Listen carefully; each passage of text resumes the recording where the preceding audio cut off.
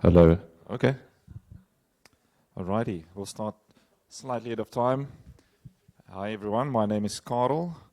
I have been moderating a bunch of panels. I've also given an address yesterday. And in my presentation yesterday, I said that I visited El Salvador last year. That's because I was at the Adopting Bitcoin conference in El Salvador, November, where Timothy was as well. Good to see you again in Cape Town. And the one thing that occurred to me in El Salvador at the conference was that everybody that I spoke to was working on some kind of Bitcoin project. Everybody that was there, they were working on something exciting. And it was only the people that were speaking that got airtime. So I thought to myself, something that we can try at this conference is a short form breakout session where it's less formal, so you don't have to prepare a big presentation, you don't have to worry about the main stage and the scheduling, everything. You get 5 minutes. This is based on sort of the PechaKucha format. It means that you have a hard cut-off at 5 minutes. You've got exactly 5 minutes to speak. And that means we can do a lot more presentations. So the idea is that everybody gets a turn. So today we have we've made provision for 4 projects.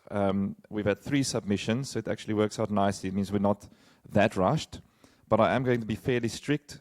So when I say okay, go, then I'll start a timer, and at 5 minutes I'll just put up my hand like this, and then I'm not going to interrupt you, but please wind down as quickly as possible. Yeah, so we've got a couple of very interesting and powerful presentations today. Stuart's going to talk about conservation, and obviously the way that he brings Bitcoin into his passion. And yeah, so because we've got limited time, Stuart, I'm handing over to you. Thank you so much for your presentation and contributing today, and everybody, I'm sure you're going to learn a lot.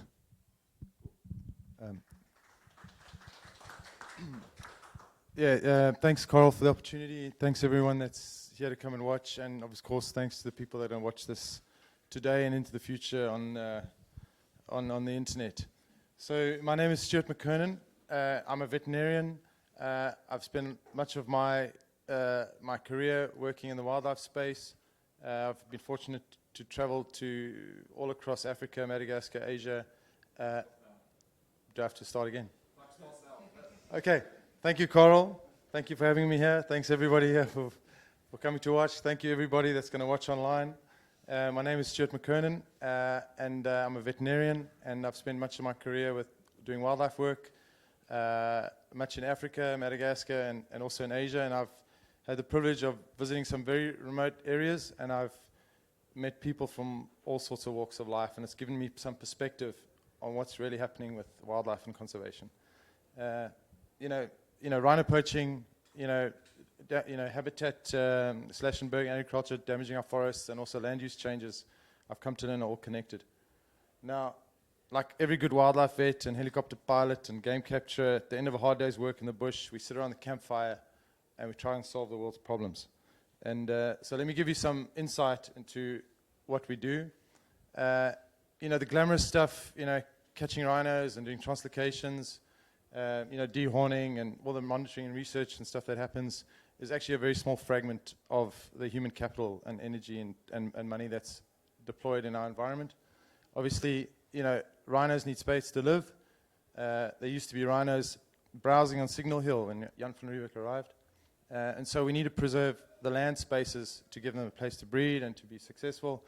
And that requires a whole workforce of people securing the wildlife landscape.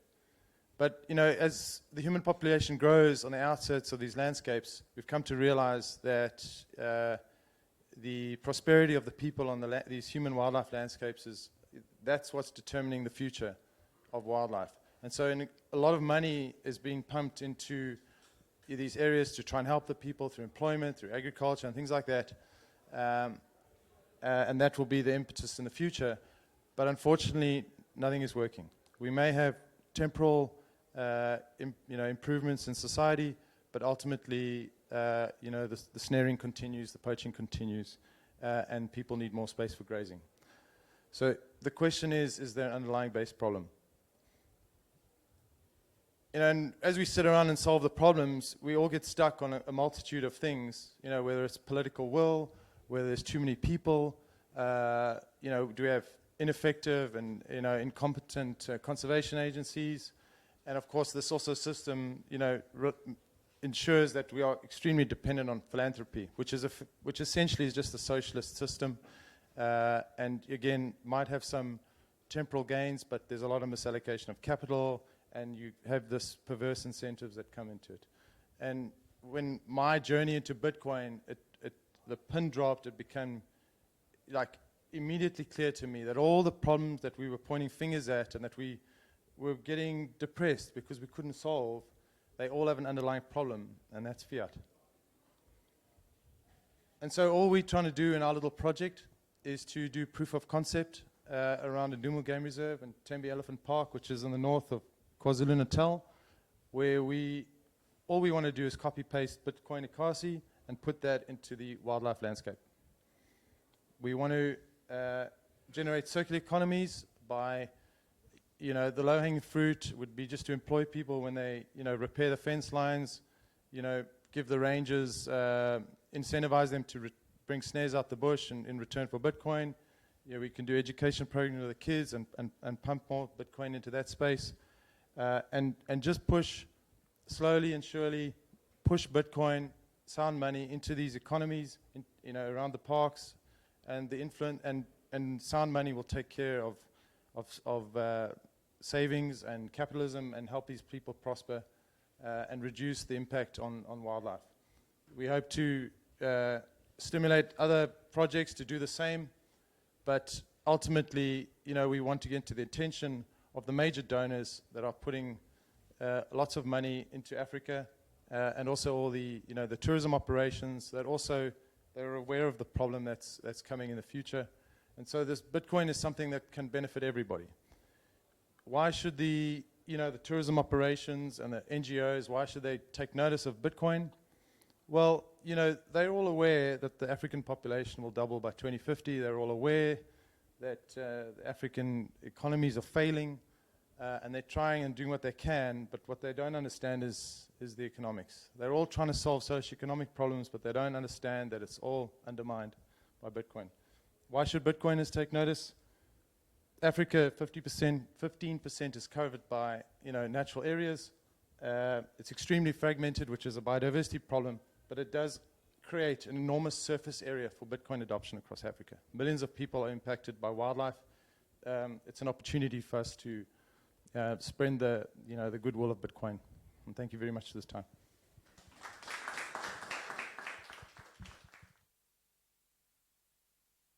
Thank you so much, Stuart. Okay, up next we've got Timothy. Timothy, I actually met him in El Salvador at that same conference that I just spoke about. And to give you, Timothy is an artist, so to give you an idea of who he is. Oh dear, did this thing finish downloading? I really hope so. Do you mind if we switch you around with Max, then we can just sort out this download. Sorry, man. Max. Sorry, guys. This is technology. Okay.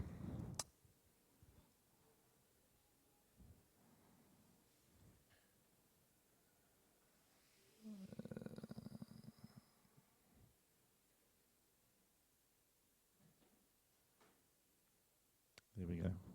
Okay, for those of you who doesn't know who Max is, don't be shy. I see some hands. You really should know who Max is. The reason you should know who Max is, if that even is your real name, Max, Maximalist, Bitcoin Maxi, is because Max is, can I say that you are the lead organizer of Adopting Bitcoin?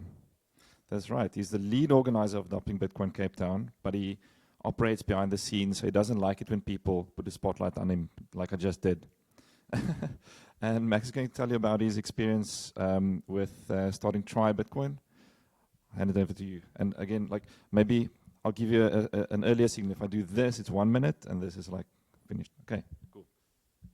Once you sit down, tell me when to start. Okay, let me stand here and not make the same. That was my first ever PechaKucha, so I'm learning as Okay. Okay. When I sit down, then you can start.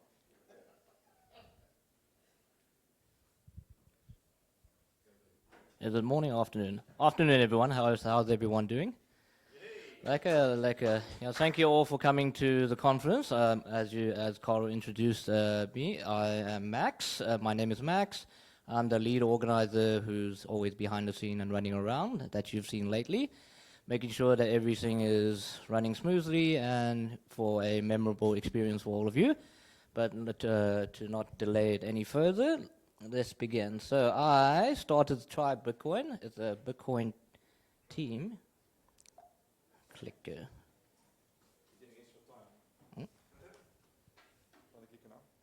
Boop. There we go. Cool.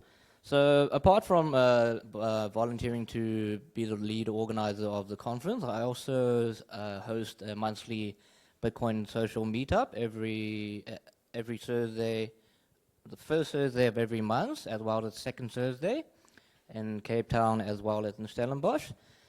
After the last year's conference, I decided, first it was after Mr. Russell Lamberti's talk. He said that we need to start building. So that stuck in my mind ever since after the conference last year. And I thought, what can I do to, build?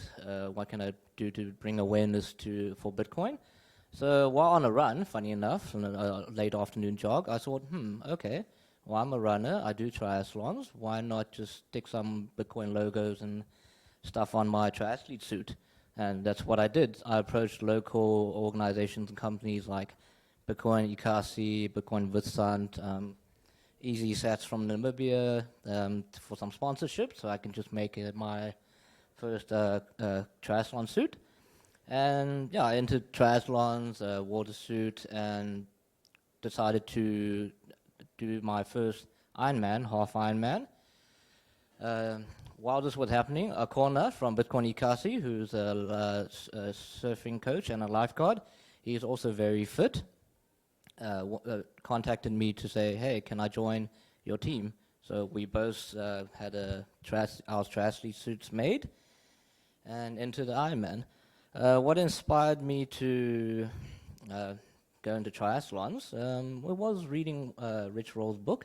Rich Roll, in a nutshell, he was average guy, I wouldn't say obese, but overweight, didn't have much inspiration or motivation in his life, and suddenly one day it just clicked like, I can do a long endurance race or something. So he did it, and now he's like one of the ultra triathletes of the world, and he's super fit. So I thought, hey, if he can do it, I can too. The HDMI. Oh, okay. Cool. Well, so last year November, Akona and myself, everything led to our Ironman 70.3 last year in Mossel Bay. As you can see, I got my kit on, making sure that all the athletes behind me see the Bitcoin logo. And when they get sick of seeing that Bitcoin logo, they pass me, but it stays in their mind. It's like planting that little seed that eventually will germinate, sprout, and grow. And later on, they'll see something else like, oh, there's a Bitcoin price is at this, or they see another Bitcoin-related reference, and they're like, oh, okay, maybe I should look into that a bit more. So there was me, the swim, the bike, the cycle, the run, the finish line, and that's Edwin from Bitcoin Witsand. He was supporting us as well. Then our other athlete, our second triathlete, Akona from Bitcoin Ikasi. He also finished, did really, really well. He's the one fast guy. He passed me way early during the race. If you'd like to donate to Akona for his entry fees to any sort of triathlon events that he's going to do, the QR code is there. The slides will be available to the public after the conference. Just to help him out. Anyone else can also contact me in terms of sponsorships or helping out. And really, it's just providing a proof of work, some sort of proof of work. For me, I thought my proof of work would just be the human body, just run, cycle, and swim. Yeah, that's about it. My contact details are there. You can find me by scanning the QR code. And thank you, everyone, for listening to my presentation.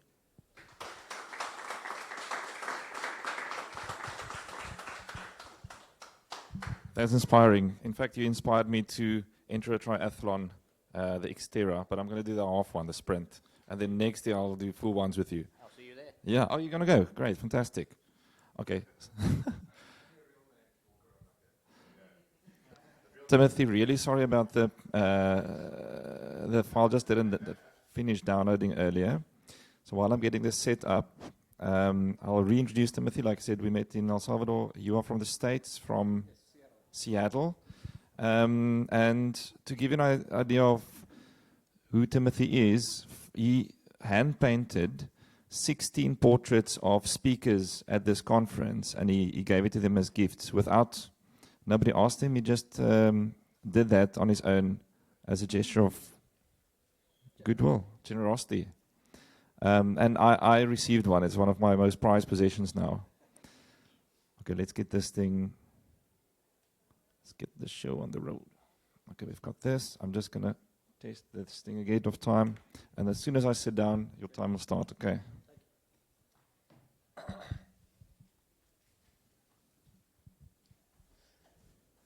Thank you very much, Carl. I really appreciate the opportunity to be here. I'm very excited to share with you all the conference with the world. This thing that I'm just getting started on now. I'm leaving my fiat career to work on something that I'm really passionate about. I'm starting up a production company to make art myself and to bring others in it as well.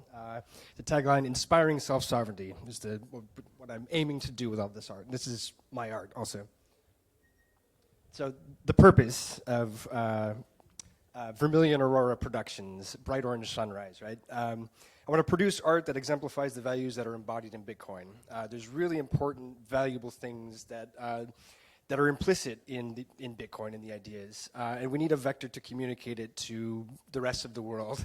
To everybody who's not compelled by the technical arguments or not interested, we need to touch the heart in some way to bring them into the conversation. So I want to make art that does that. And I'd love to raise funds to pay artists for their work. I'd love to find sponsors who are excited about this proposition and who would like to fund artists in making the work. So to organize people to get together to make a contribution.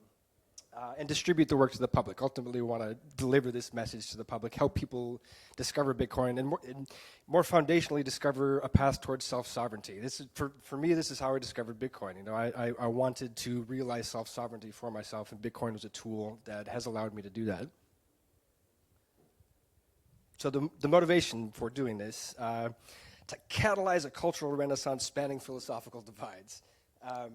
The conversation around politics is very fraught, toxic. It's really difficult to talk with people about a lot of things, but I think we can transcend that. If we present beautiful art that's inspiring, we can just ignore the political party conversations and focus on the thing that really is valuable, this striving for self-sovereignty. So advocate self-sovereignty as a primary virtue. This is something that we should all be striving for in ourselves and for the people that are around us to help them achieve self-determination and all the wonderful values of Bitcoin. And ultimately introduce people to Bitcoin. So the work that I'm doing is focused on Bitcoin and telling a story. So the current project that Vermilion Aurora Productions is working on is this, The Bounty of Satoshi. No worries. I have the originals for this displayed up in the Machinkura, the main stage, as bright as you walk up the stairs. And what this is a rock opera, monumentalizing the origin story of Satoshi Nakamoto as a romance. We have no idea who Satoshi is, so it could be anyone who inspires us for this purpose. So what if it's two people? It's a man and a woman on a romantic hero's journey, and Bitcoin is the product of their union. Use this just as a vector to touch the heart. So at this point, where I'm at in this production process, ultimately the vision is to create a real, literal rock opera that's staged with live performers, the pyrotechnics, the whole thing. Stages to get there, right? So where I'm at now, I've published this art book. You can find this on Amazon. Just search The Bounty of Satoshi. It's got all the art in it. And there's 12 songs that I've written lyrics for. you scan that QR code, it'll take you to music. I've used Suno at this point, the AI tool, to sing the songs, and it's really stunningly good. Like ultimately, I actually want to work with human musicians to make real music. But what the machine put out was pretty good. And as I heard the poetry that I wrote, that's like about these values of Bitcoin, the self-sovereignty and the aspects of Bitcoin. I hear it sung back to me. It really brings tears to my eyes. It's incredible. So I just learned today I'm going to get the opportunity to play the music at the end of the conference. So as it's wrapping up, that'll be on the stage. And there's a video for the first 4 songs. It's all AI generated as of like a year ago, so it looks bad at this point. But it's like a storyboard, It's where it's at now, intended to make it a lot better. So you can email me at tj@vermilionaurora.com. On Twitter X, I'm TJ de la Playa, because I really loved El Salvador. And all of the material in this work is on Twitter. So if you don't want to buy the book, if you want to just look at the art, you can see it all there, and you can hear the music as well. That is the link to the Amazon page if you'd like to buy the book. Thank you so much, Carl. Thank you all. Do you have a spare copy here? Can I? Oh. I ended up giving all of the copies to some kids that were visiting from Joburg. Okay. I'll buy it online then. Okay, guys, thanks a lot. That was the session. Max, we can talk about this afterwards, but I think this was a pretty big success, and I think it's great that we create a space where all these people that's working on Bitcoin projects, but they don't necessarily want to go upstage, can come and share what they're doing. All right, thanks everyone. We're in exactly on time. So yeah, that's it. Thank you.